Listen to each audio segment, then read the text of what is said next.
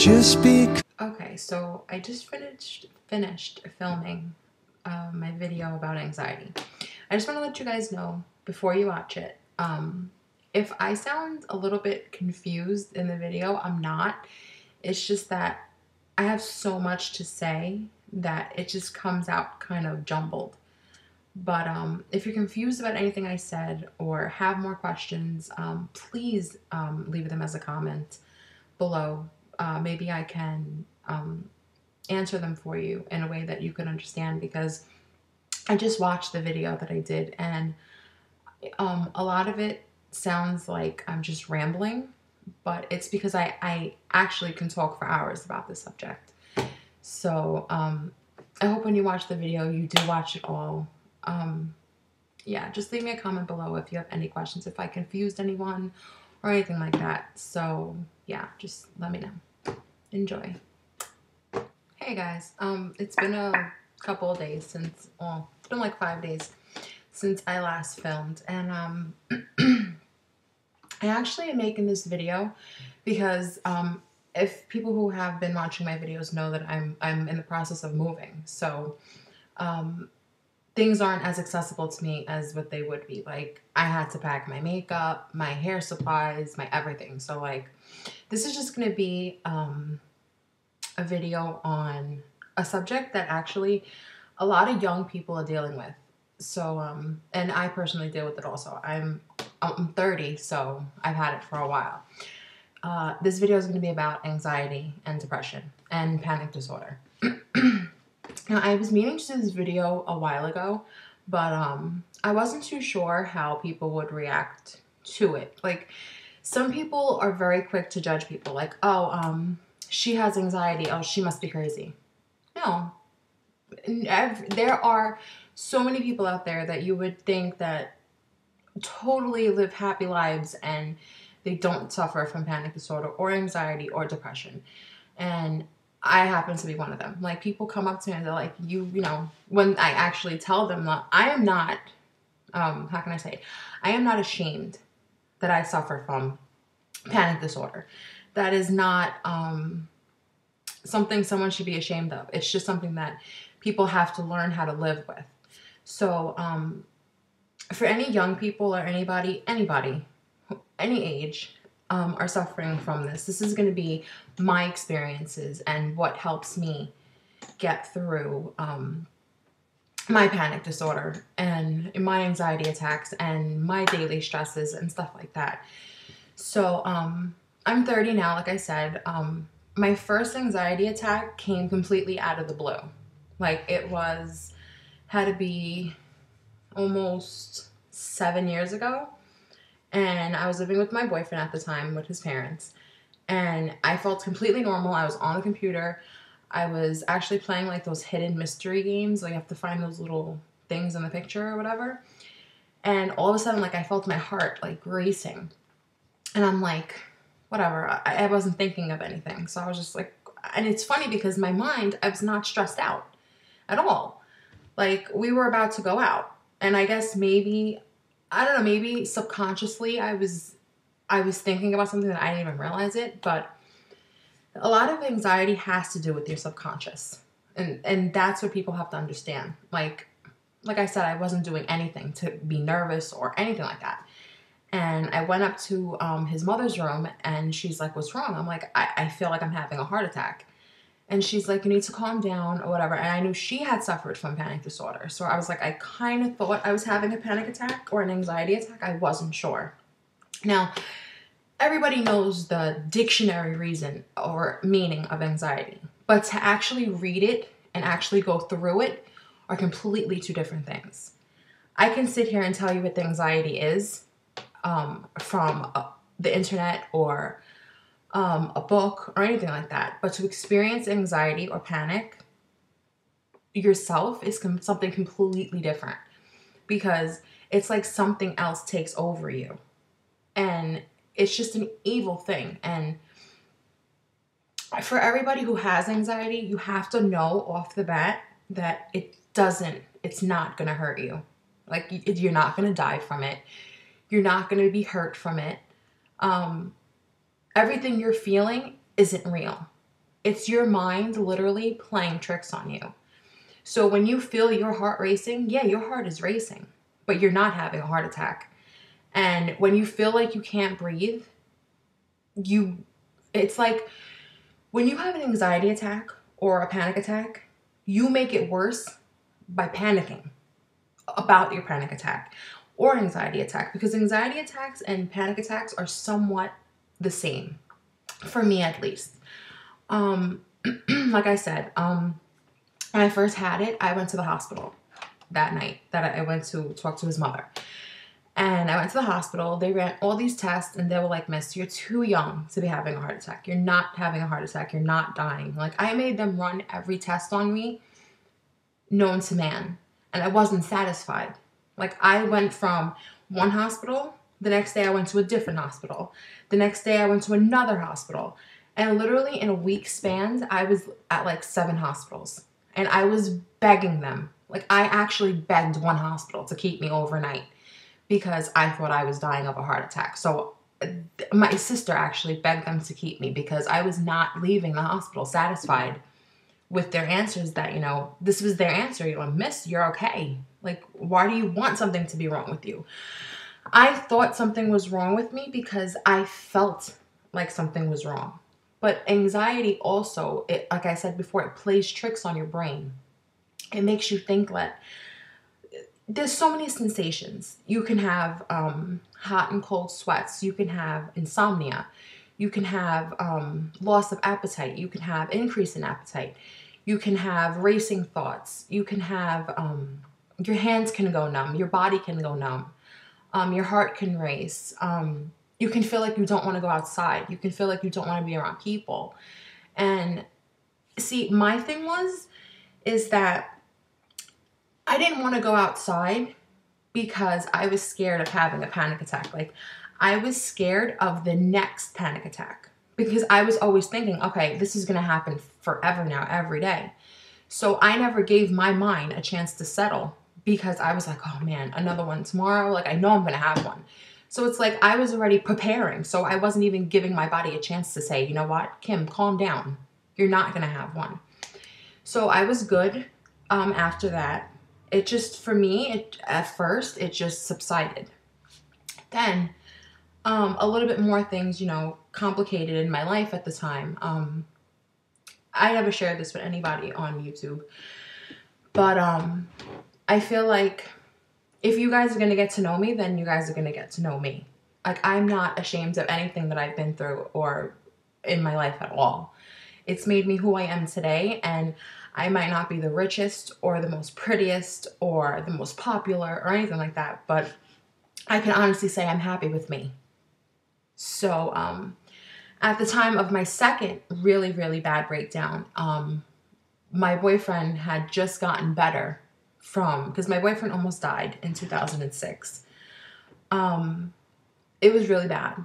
Like, he said, the doctor said that he wasn't going to make it through the night, and it was just really, really bad. And it was just traumatizing. And for some reason, like, when you're in a situation where you have to be strong, it's just something that instinctively in me or in anybody that kicks in you and say, you know what, you can't collapse. Like, you have to be strong. And I was so strong for so long that when things actually started to get good for me, I didn't know how to cope. And when things were good, I would look for things that would be bad. And that was my downfall.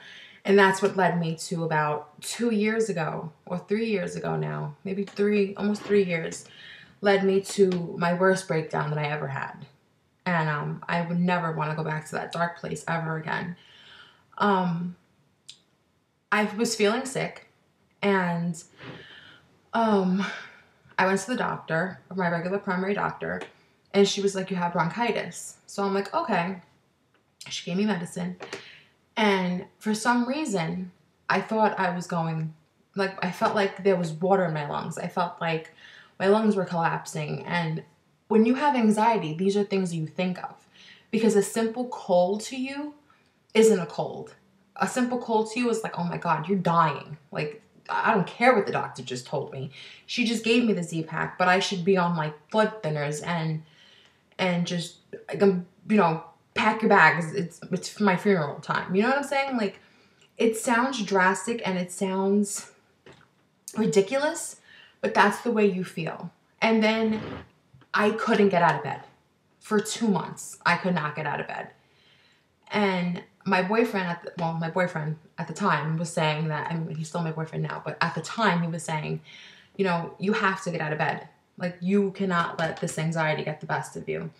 I was not eating. I was not sleeping. I was just in bed like a zombie. And nothing. I didn't smile. Nothing. Like, nothing made me happy. I would sit there and watch TV and just wait for my next panic attack because they were just like consistent. And the only reason why in my head that they were consistent is because I was sitting there waiting for it. So if I was sitting there thinking about other things, I wouldn't be so focused on my panic. So my advice, now I'm also going to give you a pretty helpful thing that helps me also too. But my first tip is, if you have an anxiety attack, the best thing you can do is don't give it the power that it wants. Like, I'm making it sound like it's a thing, but it is kind of a thing. And it's like, don't give your anxiety the time of day. Make your anxiety like a repulsive person that you don't want to be around. Like, even if you have to sit there and tell yourself, I'm not going to allow my anxiety to get the best of me today. I'm not. What I'm feeling is, I don't know, name it. I don't know. Say, listen, anxiety, you're not going to get the best of me. I'm stronger than this, and you're not going to take control of my life. I'm young. I have so many wonderful things in my life. I have a boyfriend. I have a mom. I have, brothers and sisters. If you have both parents, congratulations. You know what I'm saying? Like, just tell yourself, even if you sound stupid talking to yourself, you're not stupid. You're just trying to talk yourself down from having a panic attack. And if you can't sleep at night, my recommendation is don't take medicine for sleeping. Don't. Like, if you feel like your anxiety is bad and you have to go to a doctor, fine. If they prescribe you something, if you feel you need it, then take it. I'm not going to sit here and lie and say I've never taken prescription medicine that my doctor has prescribed for my anxiety, because I have. Because there are some things that are just sometimes uncontrollable, and your life has to move on. And sometimes you need that little bit of boost to help you, and you should not be ashamed of it. And I know there's a lot of people out there that will, pretty much down talk me because I said that it's okay to take prescription medicine if you have anxiety or depression, and you shouldn't be ashamed of it, because you know what? That's what's going to help you get out of bed in the morning if you need it. And if you have children, you need to be able to function. And don't ever let anybody tell you you're crazy, because you're not. And since I've been diagnosed with extreme panic disorder, let me tell you something. People will try to play on that, and don't, because you're not crazy at all. You are by far crazy. And if anything, you're more aware of things than everybody else, because you're the one feeling things in your body. So if you can't sleep, now one thing I can tell you, another tip, is stay away from caffeine, because caffeine makes your heart race. Caffeine will keep you up at night. It has a lot of sugar. Like, I was a heavy coffee drinker before my anxiety. Cut that off real quick. As soon as if you're having an anxiety attack, this is going to sound stupid, but this is what helped me. I drank a lot of water. And I mean, you can drink whatever kind of water you want, but I drank tap water. That's just what I did and what I do. When I'm having an anxiety attack, I will just sit there and guzzle water, because that to me is the purest form of, I don't know, I just drink water. And I don't know, everybody is their own separate religion. But I am a firm believer in praying. So, praying is what got me through it also. Praying is what pretty much got me through it, period. Because I would sit there and pray all day that feeling would just go away. And one day I woke up and I said to myself, I'm not going to be a prisoner to my anxiety. And I got up. I forced myself to get up and get out of bed and go out. And I was petrified. And, still to this day, there's certain things I can't do. I don't like being in massive crowds, like massive locked crowds. Like if you go to the movies and stuff like that, that's fine for me. But like I can't be in like gridlock traffic, like people. Like I just can't do that. I cannot do that at all.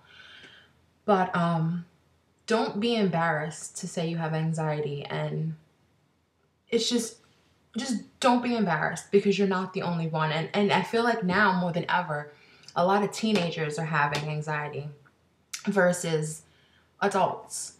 And it's sad because these children think that they're alone, and they're not. YouTube is really good for, of course, makeup and hair and, tutorials and on everything. But it's also good to see somebody and to share your story with them, because what I'm going to tell you is my best friend, you'll know her from previous tags, my friend Jessica, my best friend, she had told me about this book. It's called The Linden Method. And when I was at my worst, about 3 years ago, I told you, when I couldn't get out of bed, she was like, Kim, go online, buy the book. It comes with a DVD. You have like visualization exercises and stuff like that. Buy the book. It'll help. So I bought the book, and I even had to drag myself out of bed to go to the computer to do that, to buy the book. And I bought the book, and as soon as I got it, like, you're not going to believe me when I say this, but I would say the same day I read the book, when it was delivered, the same day I started feeling better. Because when you read, his name is Charles Linden, when you read his story, you're going to realize that you're not alone, and your symptoms are nothing compared to what this poor man went through. And he's still alive. And he was at his worst, like he was crippled by his anxiety, and he made it through. And that gave me hope, because I felt like you feel that when you have anxiety and when you have panic disorder, you feel like you're alone. And no one understands it because they're not going through it. And it's, people don't understand. They'll say, oh, well, it's just all in your head. Well, you know what? It may be all in my head, but it's my head. You understand? People are very quick to judge people and be judgmental, and they have no right to do that. But my advice to you is, if you have anxiety and, it's hurting your everyday life, my best advice to you is just to relax. It's not going to hurt you. It's not going to kill you. The worst thing that could happen is like you have a panic attack. And a panic attack never killed anybody. So,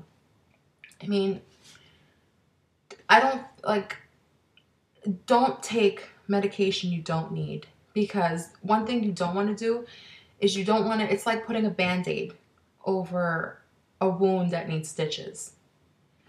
Nip it in the bud while you can. Tell yourself, I'm not going to let myself be a prisoner to this anxiety. I'm not going to let it hurt me. It's not real.